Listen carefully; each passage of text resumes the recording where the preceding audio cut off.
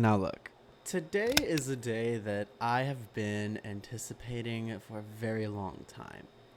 Today is finally the day that we get to sit down and listen to the new Japanese house album. In the end, it always does.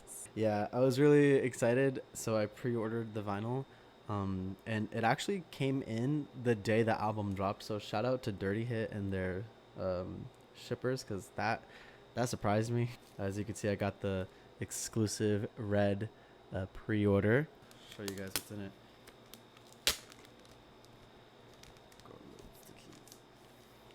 It's not a gatefold, unfortunately, but you know, got some pictures of Miss Amber, you know, Japanese house herself, and what I am more interested in is that we get all the information about the album.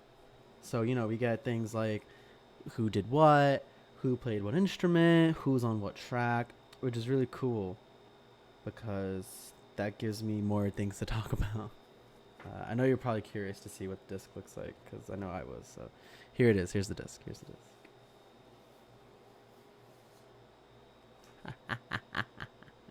Look at that. Look at that brilliant, gorgeous red color. As you can see on the center image there, it lists like the respective side and the tracks on it and things like that. Super cute. Put this back. Now, as I mentioned in my Sad to Breathe and Boyhood reaction videos, I am a huge fan of the Japanese house, and this album is one that I've been anticipating for many years.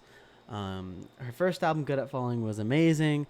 Maybe one day I'll do a video about that album, but in any case, I'm really excited. I'm also a little anxious because I have my expectations set to the fucking moon for this thing, and I'm just, you know, hoping I don't get let down by those expectations. Going into this album, every single I've heard has slapped. Now, I did record myself listening to Sunshine Baby and One for Sorrow, Two for Joni Jones when those dropped as singles, but I unfortunately did not edit those videos in time. So if I see it fit or if I think it's appropriate, I will integrate those reactions into this video as well if I can find a place for it. But I have heard those songs already. Pretty much every single released before June the 30th I have heard. Everything else is completely new, and we're going to be sitting down and experiencing this album as intended, unshuffled. So we got the Spotify open, we have the album. In the end, it always does. I'm really excited right away off the bat. Looking at the track list here, we actually have a song featuring Muna. Now, I already knew that Muna was associated with this album because one of the members, I believe it was Katie, is actually credited as a writer for the closer, One for Sorrow, Two for Joni Jones. But I didn't realize that Muna was going to have a full-on feature. I'm Simbitica. Today, we're going to be listening to the new Japanese house album. In the end, it always does. Super excited. Let's get into it. We're just gonna play it, and then if I could pull up the lyrics, like I'm gonna pull up the lyrics. Don't mind the headphone cord. She does that. In the end, it always does. The Japanese house. Track 1 is Spot Dog.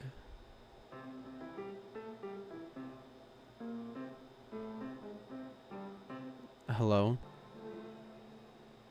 It sounds like a game, like a video game.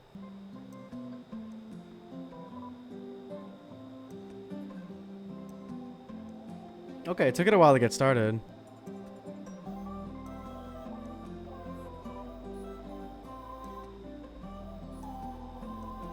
So I'm not going to judge Spot Dog too hard because it is just the opening track. I just love her voice.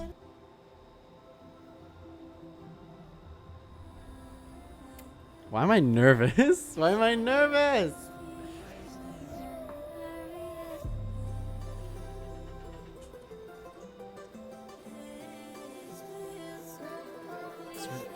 Oh. Whoa. That is super interesting. The strings are gorgeous. Who's on strings? Chloe Kramer is on strings. She ate. I love the little glockenspiel. That's so cute.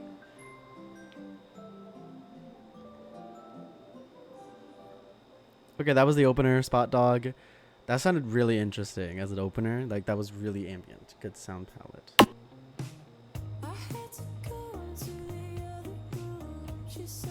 Ooh.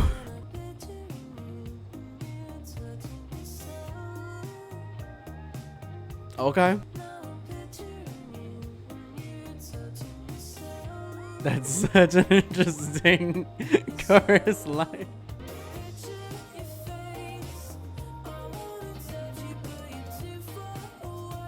Whoa, this one bops. That was good. Holy shit. Oh, this one's good. Me.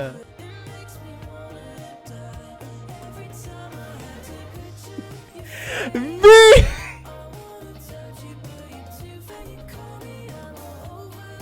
I already want to know the lyrics so I could just sing this out, you know?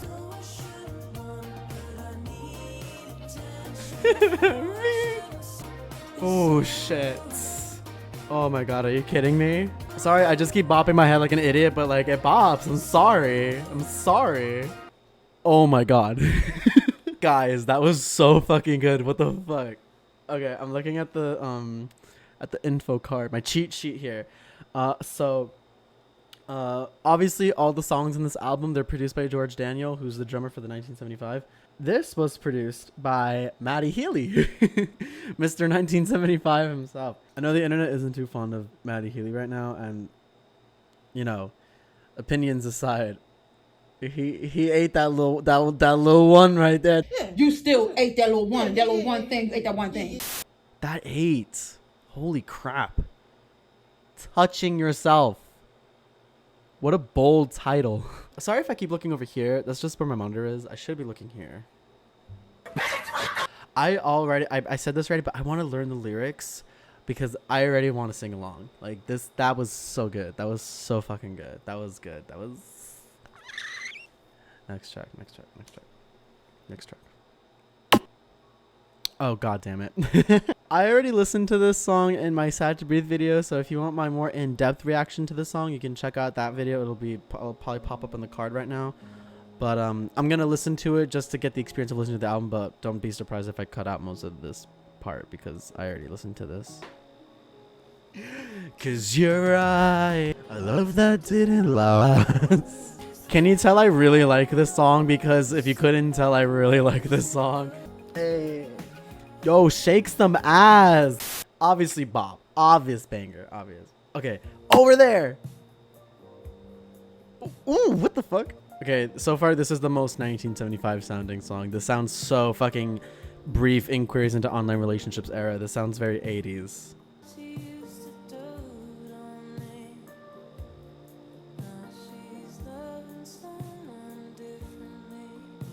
Oof. I love her voice. I love her voice.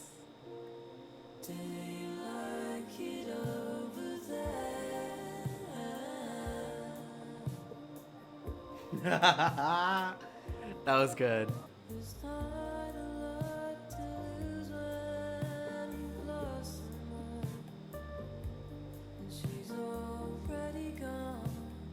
Oof.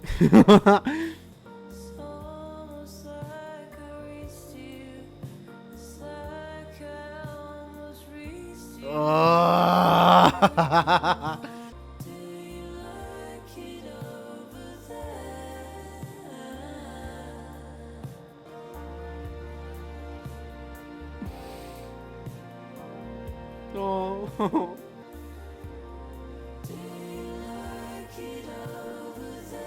Oh.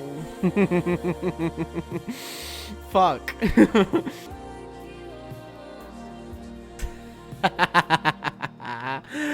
Oh my god, you fucking bitch.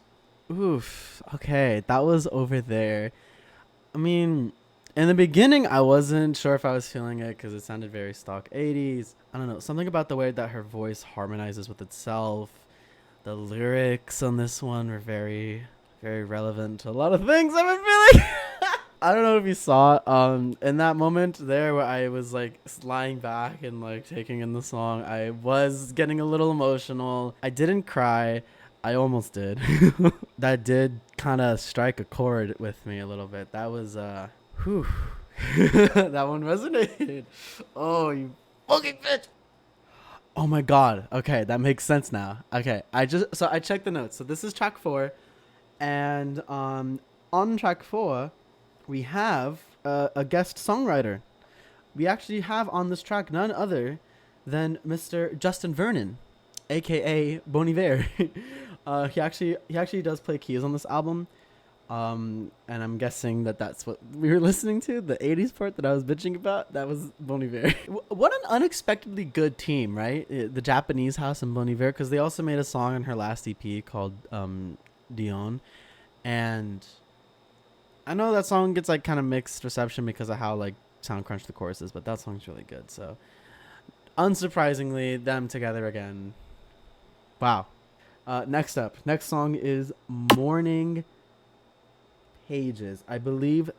Okay, yeah. So this is Morning Pages. This is the song that has Muna in it. So we're gonna hear Japanese House X Muna. Really excited. I like Muna a lot. So. Oh, I'm already gonna fucking cry, aren't I?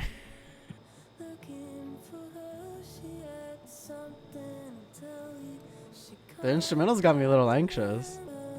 I'm very curious as to where this is. Oh.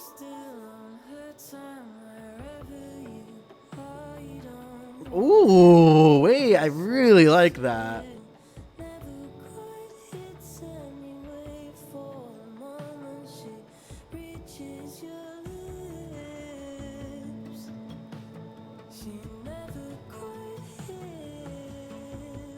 Oh man, fuck, Amber, are you okay?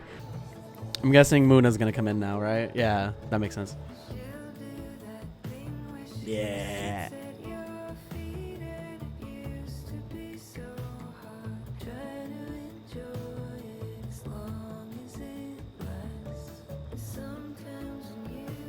Mm.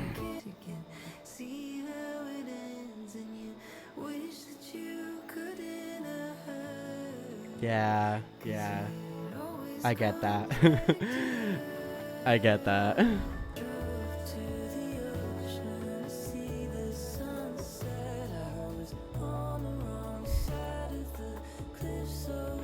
That's so sad.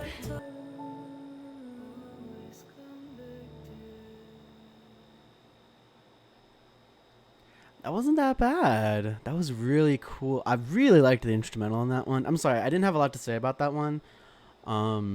Like while I was listening to it, so that I'm afraid this part might be a little short. Now, I did like that though. I was just really taking in the instrumental there, that's why I wasn't saying much. But that was good. That was good. If you don't listen to Muna, check them out. They're really cool. They put out an album not that long ago. I guess just to pad out this part a little bit, I can kind of just say that I had a situation where let's say I got really attached to someone and they did not feel the same. To keep vague with the details, I'm still processing that. So that's why like so many lyrics here have been hitting. Amber said pretty much that this was like her breakup album, and I can't call it a breakup. I've just been dealing with something akin to that, and that's why you'll see a lot of moments while I'm listening to this album where I'm like, fuck. So that's the context of why I keep having those reactions throughout. But yeah, I don't want to get too much into detail because it's not important. It's not relevant. All right, next up is Boyhood. I could have been somebody else. So again, like Sad to Breathe, I heard this already. You can see my initial reaction in the video, although my reaction to Boyhood, I was so fucking depressed when I recorded that video, so pardon that. But yeah, this one grew on me a lot after I initially listened to it. It grew on me a lot.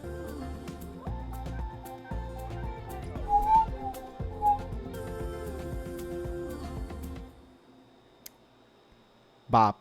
It's a bop. All right, next we have Indexical reminder of a morning well spent. Holy shit, the title. Girl, that's how you know she's been spending time with the 1975, because why is that title so goddamn long? Oh, it already sounds so pretty. Yes. Yes, yes, yes, yes. Absolutely, yes. Absolutely, yes. Look at this clip I found. I watch it round and round and round. I do the same. I do the same. She's growing, Fuck you, Snapchat memories. she throws me round and round and round.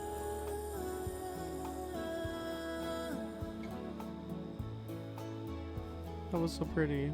I leave my things around. Look at this clip I found. It's so good. Fuck. God damn it.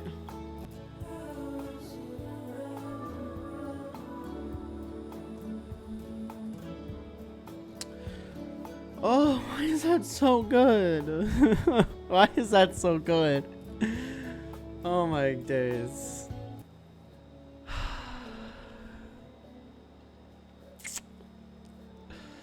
You know what? Oh man. Wow. That one really got to me for some reason. Wow. It's not even that lyrically like I think for this one, like my emotional reaction is purely based on the sound. That might have been the prettiest instrumental so far. Wow. That was so fucking pretty. I'm a little at a loss for words. I don't know how to describe that. That was so wow. Yeah, that was Indexical reminder of a morning well spent. I'm sorry. Like, obviously, the song got an emotional reaction out of me. I feel like I will cry to this later, but the title is just so funny to me. Now, the next song is Friends. I'm looking forward to this song for 2 reasons. So not only is it the only song that is marked explicit, but this song has an additional songwriting credit from none other than Miss Charlotte Aitchison. I hope I said that right. AKA Charlie XCX. I know, right? I was gagged. So I was reading through, right, the list when the vinyl came in, and I saw that name. I saw Charlotte's name. And I'm like, why does that look so fucking familiar? And it's because I know who that is. That's fucking Charlie. As a gay man, I have to acknowledge that's fucking Mother. That's our Lord and Savior. The gay national anthem was made by her. That's right. And now she's showing up on a Japanese house album like it's not a big deal. So this should be good. This should be good. Because I love Charlie. I'm super excited. Friends.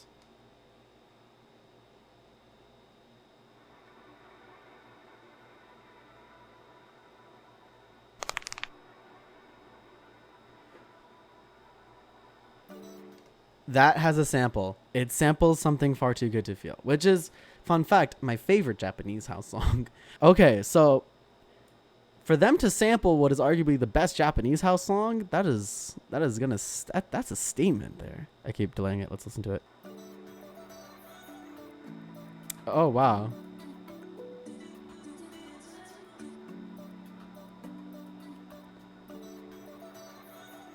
This is so Charlie coded.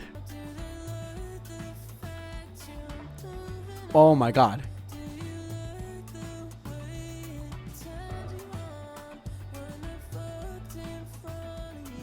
Oh my god. Okay, this is definitely written by Charlie.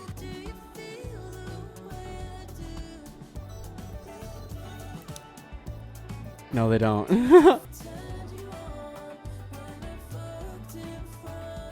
That chorus is fucking insane. Oh, the vocal. She said, "Yeah, you do." She's kind of taking it there. Okay.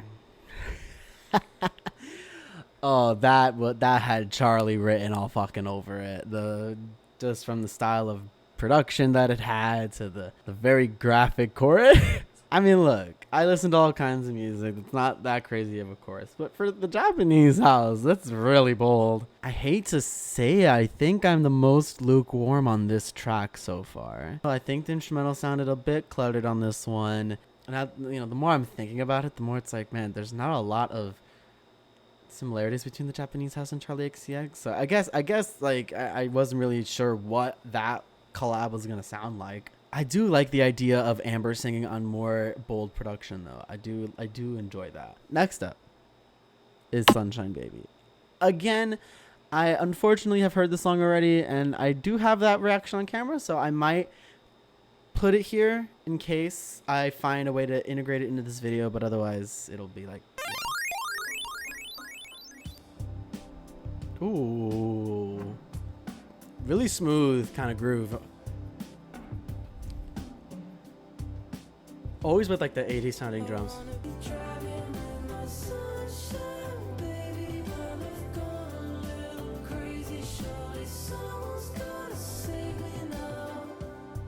I like that chorus. That's really nice. Same. We got it. Roll credits. We got it. It always does. We got one. There's Maddie.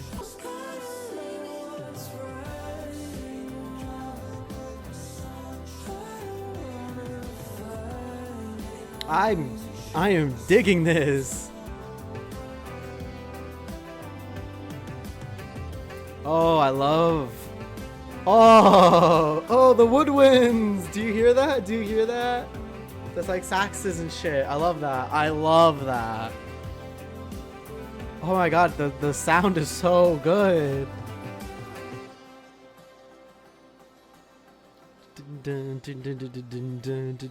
Wow. Wow. Oh my god. I really liked that. That was super pleasant. Wow. Holy crap. I love the sound design so far for all the songs. There's something about when Maddie teams up and sings with Amber that just sounds so, like, I really like their voices like together. Amber's voice like is pretty deep, but it's still very like light sounding, and Maddie's is a bit more like gritty. So I think that contrast really sits well up here in the brain. It just, my ears enjoy it. I have been really struggling between if Sad to Breathe or Sunshine Baby is my favorite song. You know what I mean? Like, damn, this song is good. It's so good. You know, like it's, I don't know what it is. Funnily enough, it's a really good driving song. It's a really good driving song. Like, the song goes really well when you're driving. No destination in mind. If you have a convertible, put the fucking top down, because this is it. All right. Next up is Baby Goes Again. We're in the last fourth of the album. She's all that I live on, 'cause I've run out of it. Live on something else, boo. Live on something fucking else.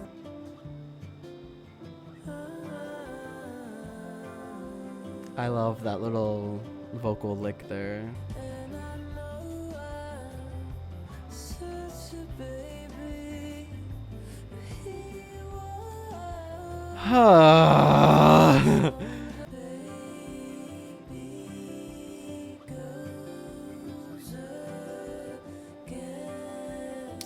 Again, love the layers, love the harmony.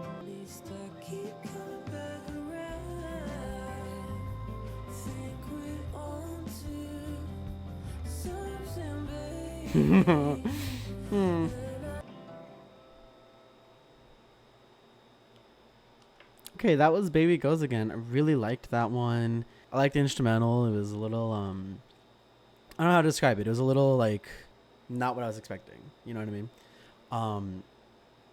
That that chorus, man. I think we're onto something, and I know I'm such a baby, like that. Yeah, you know, like I've been there. You think, but like, no, not really. That was Baby Goes Again. Next up, You Always Get What You Want. Ooh, this instrumental is already interesting. Got a drum machine.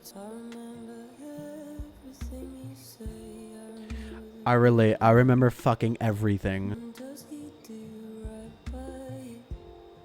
You'll always get what you want. He? You always get what you want. You always get. Yeah. Yeah, I get that. I get that. But it's better that I know you're gone.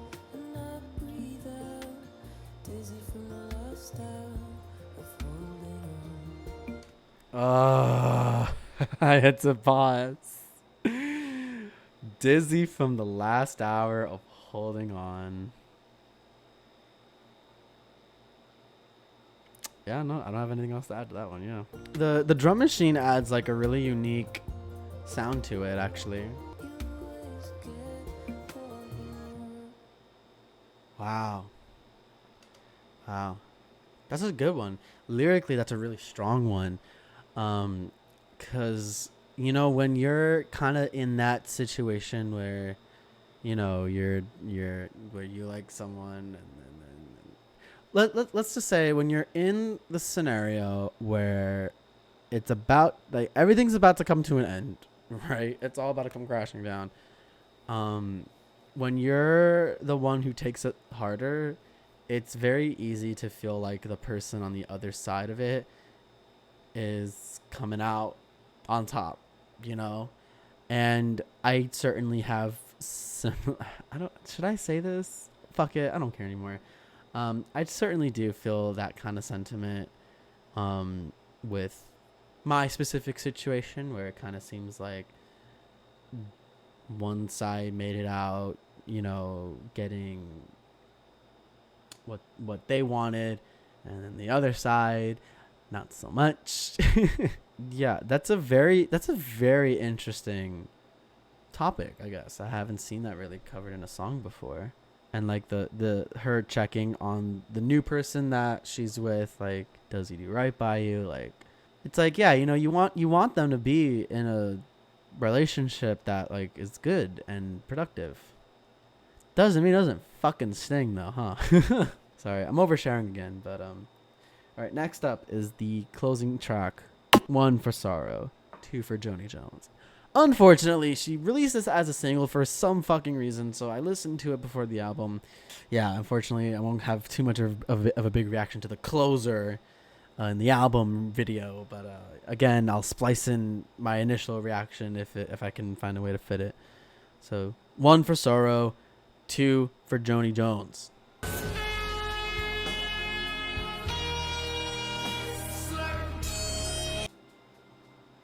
This song also has writing credits from Katie from Muna, so there you go.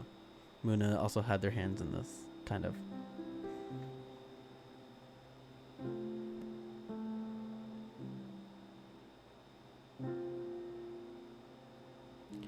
The piano work on this song is gorgeous, by the way. It is absolutely stunning. Which is new. You seem to love me more. Other people are around. I very strongly feel that sentiment. You seem to love me more when other people are around.